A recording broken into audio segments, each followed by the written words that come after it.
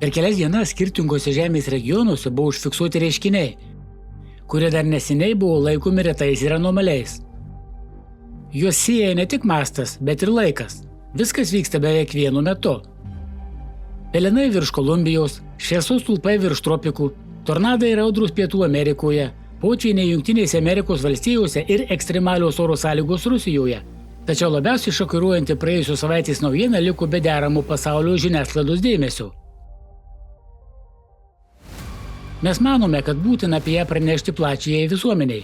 Ir netrukus suprasite, kodėl tai liečia kiekvieną.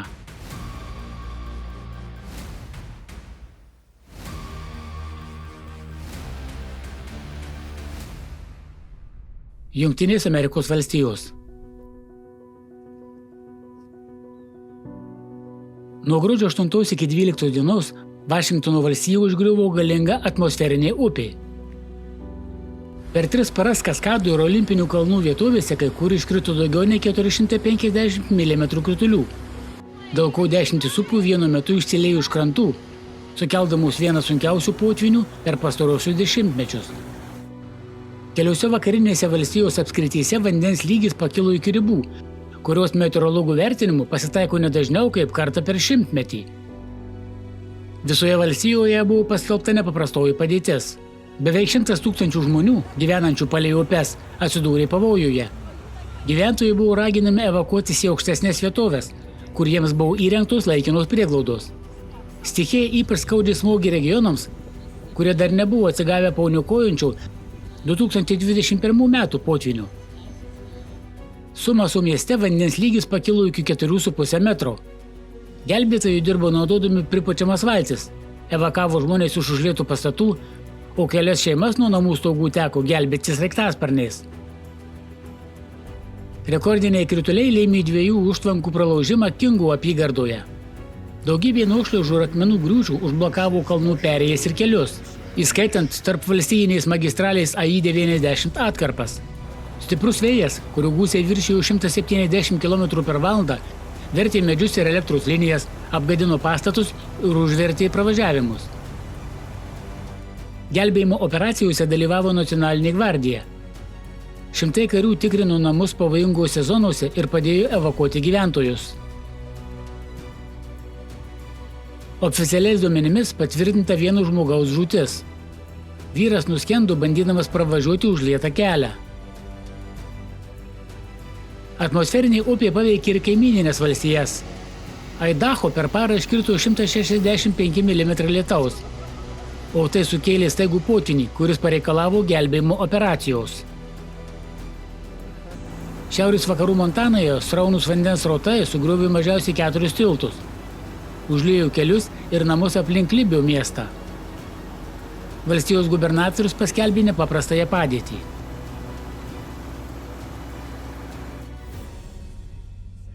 Tokio masto potvynių priežastis buvo ne tik milžiniškas kritulių kiekis, bet ir tai, kad šiltas oras, lydintis atmosferinės upes, ištirpdė kalnų sniego dangą, dar labiau padidindamas vandens srautą jau ir taip perpildytose upėse bei upeliuose.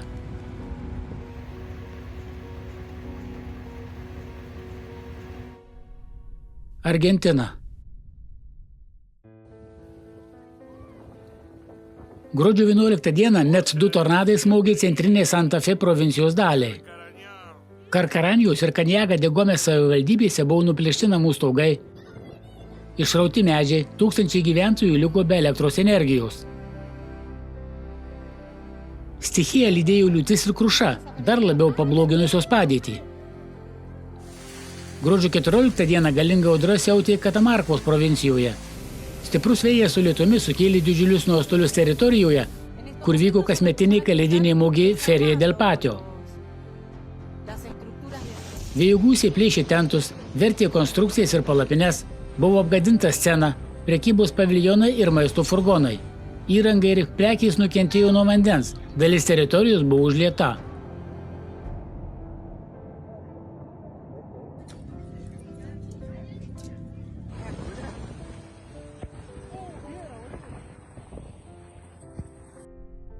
Kolumbija.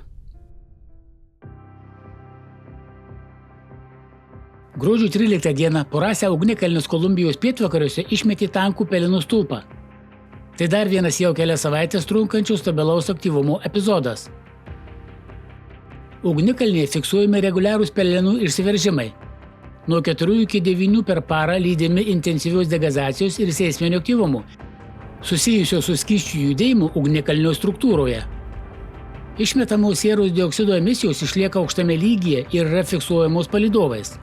Dujų debesis skirtingomis dienomis nusidriekė nuo 150 iki 300 km nuo ugnikalnio.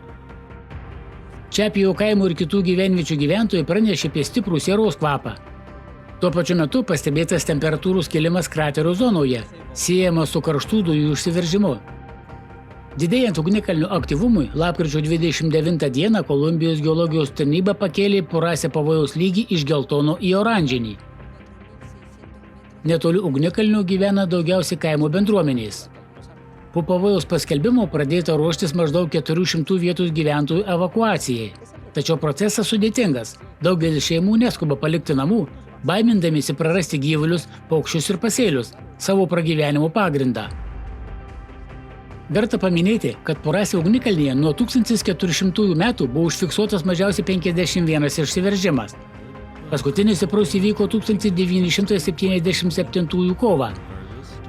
O nuo 2021 metų specialistai stebi laipsnišką, bet stabilų aktyvumo augimą, ypač šiais metais.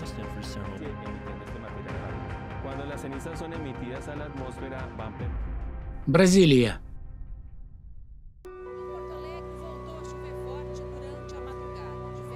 Nuo gruodžio 8 dienos Brazilijoje siautė galingas netropinis ciklonas. Dėl lėto ir nenuspėjimo jo judėjimo pavojingi orai laikėsi kelias dienas. Rio Grande do Sul valstijoje praūžė tornadas, kurio vėjo greitis meteorologų vertinimų siekė apatinę F2 kategorijos ribą. Tūkstančiai žmonių liko be elektros energijos. Apie 60 namų stogai buvo visiškai arba iš dalies sunaikinti. Smarkiai apgadinta vietinė bažnyčia, mokykla, medicinos punktas ir kelios vyninės. Vėjas buvo toks stiprus, kad apvertė didelius metalinius vyno rezervuarus. Kitą dieną ciklonas sukėlė intensyvias liūtis. Kai kuriuose valstijos miestuose per 36 valandas įkrito 2-3 mėnesių kritulių normą. Pakrantės miestas Azorijus patyrė vieną stipriausių potvynių savo istorijoje. Vanduo kilo neįprastai greitai ir pasiekė rajonus, kurie niekada anksčiau nebuvo užlieti. Santa Katarinos valstijoje kai kur per parą iškrito daugiau kaip 150 mm kritulių. Palėosos savivaldybėje staigus potvynis nusinešė automobilį, kuriame buvo sutuoktinių pora ir jų 1 metų vaikas. Deja, visi 3 žuvo. Liūtys paralyžavo transportą. Pagrindiniuose keliuose susidarė daugiakilometrinės spūstys. Gruodžio 10 dieną ciklonui pasislinkus Atlanto pakrantės link, gūsingas vėjas smogė pietinėms ir pietrytinėms valstijoms. 5 iš jų gūsiai viršijo 100 km per valandą, o San Paule beveik pasiekė neįtikėtinus 130 km per valandą.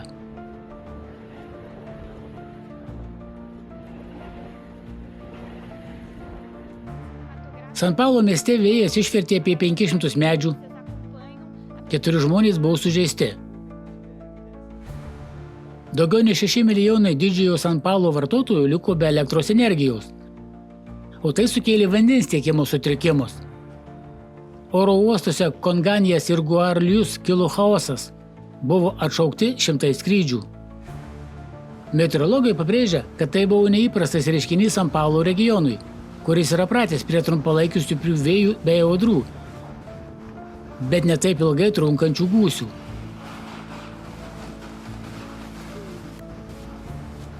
Iš viso šalyje dėl liūčių, vėjo ir nuošliaužų žuvo 6 žmonės. Nei specialistai, nei vietos gyventojai nesitikėjo tokio galingo ciklono gruodį, kaip pietų pusrutulyje yra vasara. Be to, tokios sistemos paprastai stiprėja virš vandenyno ir silpnėja virš sausumos. Šiuo atveju įvyko priešingai. Ciklonas pasiekė didžiausią galią jau virš žemyno, o slėgis jo centre nukrito iki 992 hektopaskalių. Tai vienas žemiausių rodiklių per pastaruosius dešimtmečius. Vos regionai pradėjo atsigauti, gruodžio 12 dieną jos vėl užklupo nauja audrų ir liūčių banga.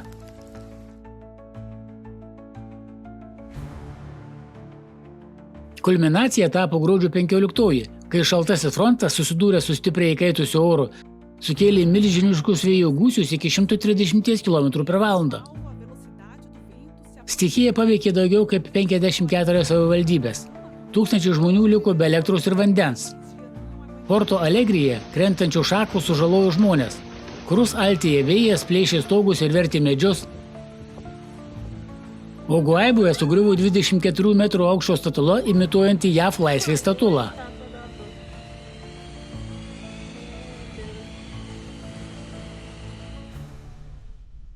Tailandas.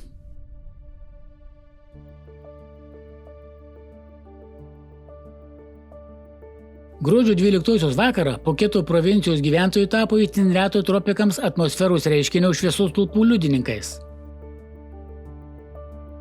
Danguje pasirodė vertikalų šviesos spinduliai, tarsi sustingę ore. Panašus reiškinys čia buvo pastebėtas ir šių metų balandį.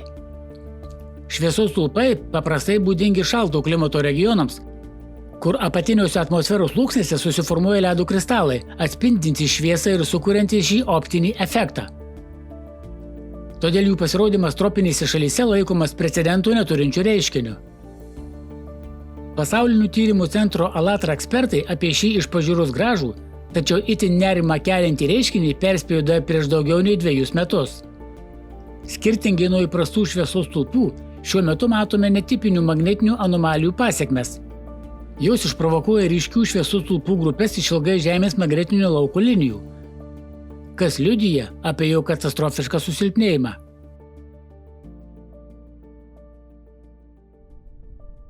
Marokas.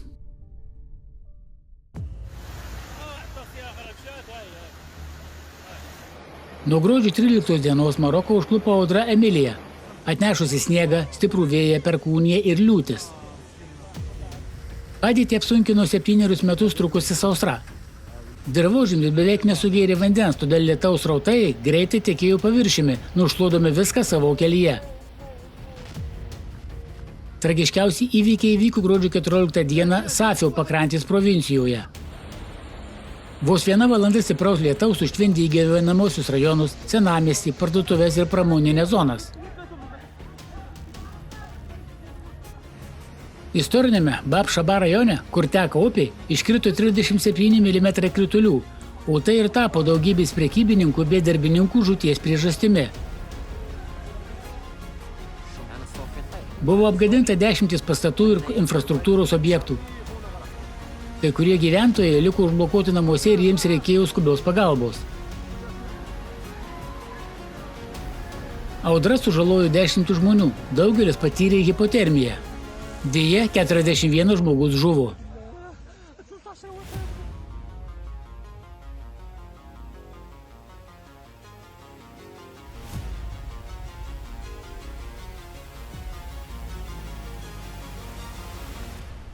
Rusija.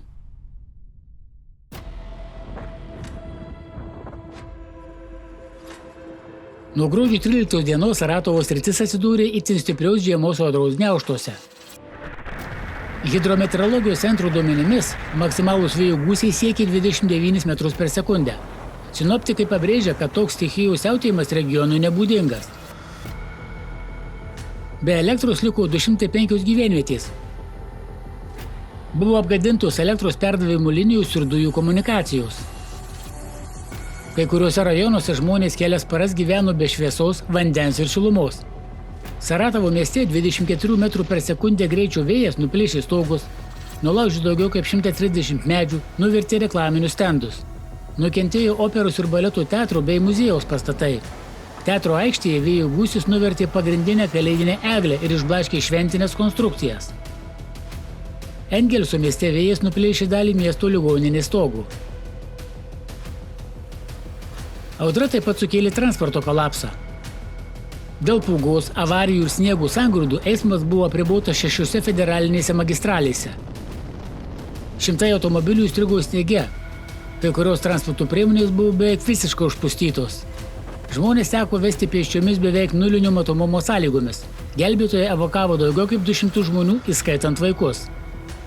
Aleksandro Gajaus kaime audra nusinešė žmogaus gyvybę. Vyras žuvo automobilyje, ant kurio užvirto stulpas.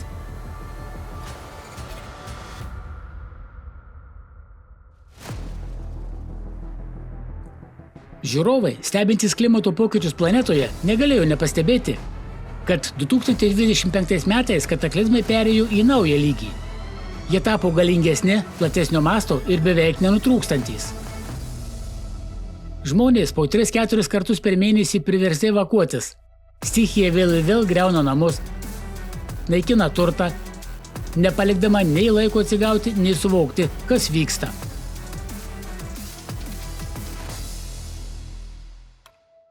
Akivaizdžiausiu naujo kataklizmų lygio rodikliu tapo staigus seisminio aktyvumo suintensyvėjimas.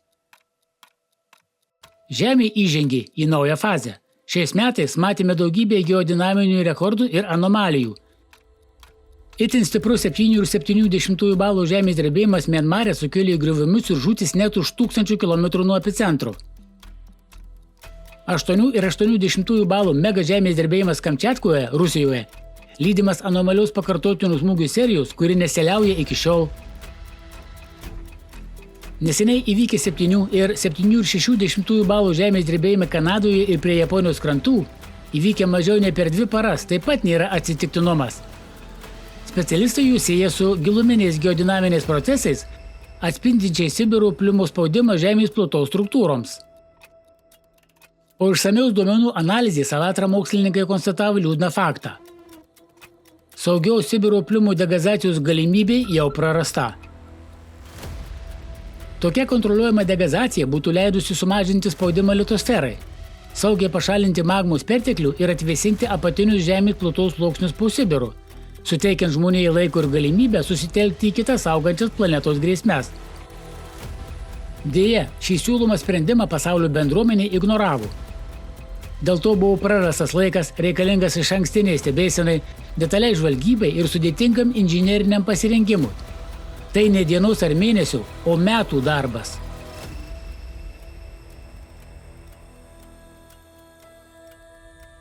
Dabartinis geodinaminio aktyvumo lygis rodo, kad šio laiko mes jau nebeturime, o bandymas įsikišti po kelių metų gali išprovokuoti sprogstamai katastrofišką situaciją. Taip, Alatra mokslininkai nepasiduoda. Jie vis tiek dar tiki, kad dar ras tą vienintelę išeitį. Nes galų gale, už ką dar verta kovoti, jei ne už pačią gyvybę.